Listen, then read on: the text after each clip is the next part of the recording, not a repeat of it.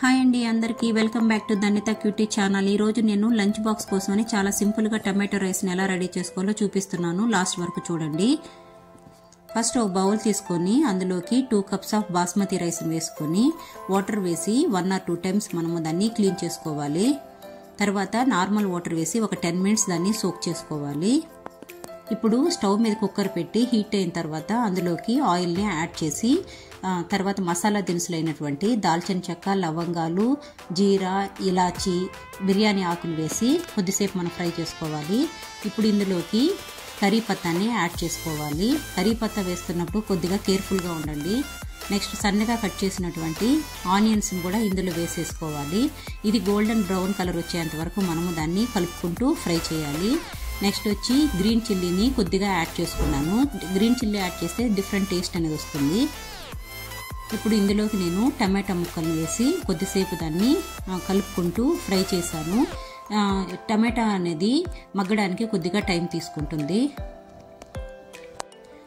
Next నేను ముందే ready చేసి పెట్టుకున్నటువంటి టమాటా ప్యూరీని ఇందులో వేసేసుకొని కొద్దిసేపు కలుపుకున్నాను।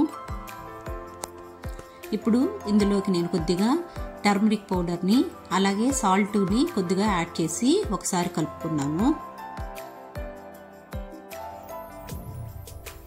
ఇప్పుడు ఇందులోకి మనము జింజర్ గార్లిక్ పేస్ట్ని వేసుకోవాలి।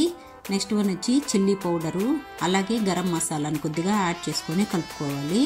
ఇలా కలుపుతూనే ఉండాలి, లేదంటే మనకు మాడిపోయే ఛాన్స్ ఉంది। ఇప్పుడు ఇందులోకి నేను కొద్దిగా పెరుగుని యాడ్ చేశాను। పెరుగుని యాడ్ చేసి కలుపుకోవాలి। పెరుగుని యాడ్ చేస్తే టమాటో రైస్కి చాలా డిఫరెంట్ టేస్ట్ అనేది వస్తుంది। ఇప్పుడు ఇందులోకి మనము ఆల్రెడీ సోక్ చేసి పెట్టుకున్న బాస్మతి రైస్ని యాడ్ చేసేసుకొని కలుపుకోవాలి। ఇప్పుడు 2 కప్స్ ఆఫ్ బాస్మతి రైస్కి మనం 3 కప్స్ ఆఫ్ వాటర్ని వేస్తే సరిపోతుంది, ఎందుకంటే బాస్మతి రైస్కి ఎక్కువ వాటర్ అనేది అవసరం ఉండదు। ఇలా అయిపోయిన తర్వాత లాస్ట్లో మనము ఇందులోకి కొరియాండర్ని యాడ్ చేసేసి ఒకసారి కలుపుకోవాలి। ఇప్పుడు మనము లిడ్ పెట్టేసి ఒక 2 విజిల్స్ వచ్చిన వెంటనే దీన్ని ఆఫ్ చేసేసుకుంటే మనకు టమాటో రైస్ అనేది రెడీ అయిపోతుంది। ఎంత కలర్ఫుల్గా ఉందో చూడండి, మీరు కూడా దీన్ని ట్రై చేయండి, చాలా టేస్టీగా ఉంటుంది। అలాగే మీరు నా ఛానల్ని లైక్ చేసి సబ్స్క్రైబ్ చేసుకోండి ప్లీజ్। Thank you.